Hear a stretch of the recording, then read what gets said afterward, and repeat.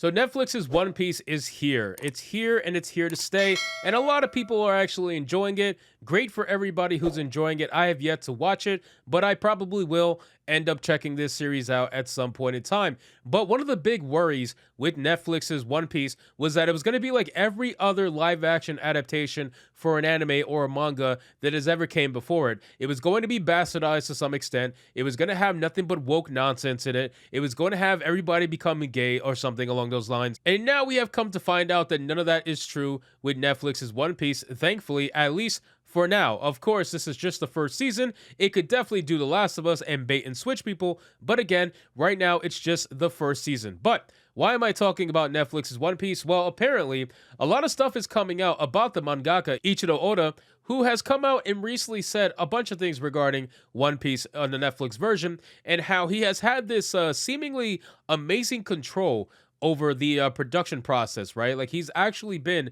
the center point for everything regarding One Piece on Netflix, which again, I find to be very interesting because this is Netflix we're talking about here, right?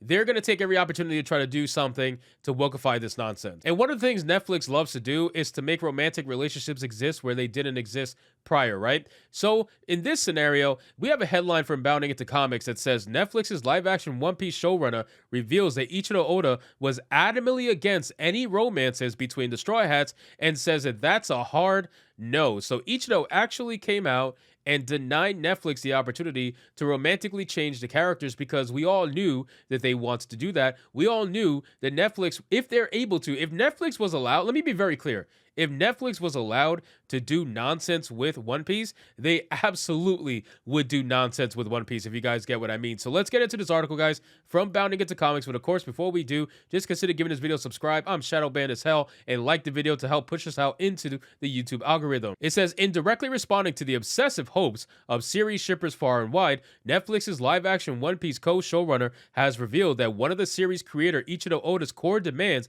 for the adaptation was there be absolutely no romance between the members of the Straw Hat crew. Maeda provided this new insight into the mangaka's understandably rigorous standards while speaking to TV Line's Andy Swift about the recent buzz from certain audiences around the chemistry scene between actors Emily Rudd and Makinyu in their respective roles as Nami and Roanoa Zora.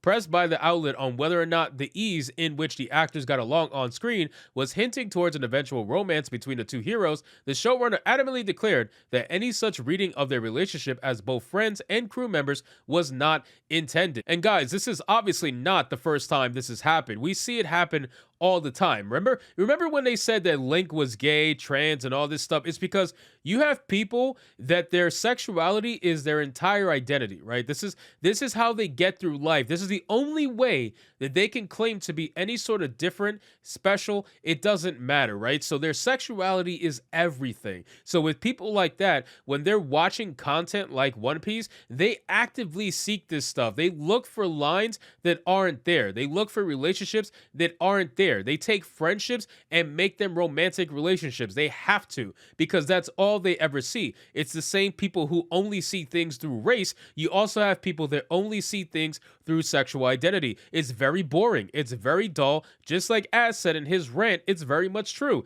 This is the problem with people's modern day identity crises that are happening because mental illness is going unchecked in this country predominantly. So for people to look at stuff and say, oh, well, it's very clear that they're this, they're that, when it's not supposed to be there, I'm glad that Ichiro was actually able to say, you know what? That's a hard no for me, dog. Like that's not happening. So let's see what he said. So he said, one of the mandates from Ichiro Oda was against romance on the crew, he told Swift. That is a hard no as far as the manga and the live-action show are concerned. If fans are seeing hints of romance between any crew members, it was because they just had a great chemistry together, he added. But that certainly was not the intent. One of the fun things about watching television is what you read into it and what you bring to the table when you're watching a show. Refusing to let go of his obsession with finding deep romance within a show and series, Swift then turned his speculative attentions towards the unexpected friendship that sparks between Kobe and Helmeppo upon their enlistment to the Marines and relayed the sentiment.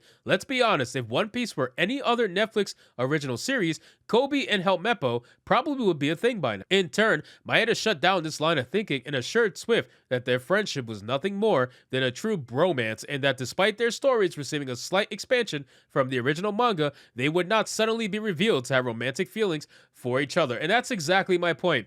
The desperate need for these people at Netflix to make everything fucking gay is really sad, man. Like, you guys have to have something more interesting in your life other than who you sleep with, right? Like, I never see understood the obsession with, oh, this person is gay. That is so cool. That is so stunning and brave. That is the most interesting thing I've heard all day. I've never understood that. Like, who cares about any of that? Like, why should that matter in One Piece? Like, why should that matter in anything? Unless it's a romantic story or a story based in romance, why does that matter? It's One Piece, for God's sakes. Like, why do you want to see two dudes bang? I don't understand.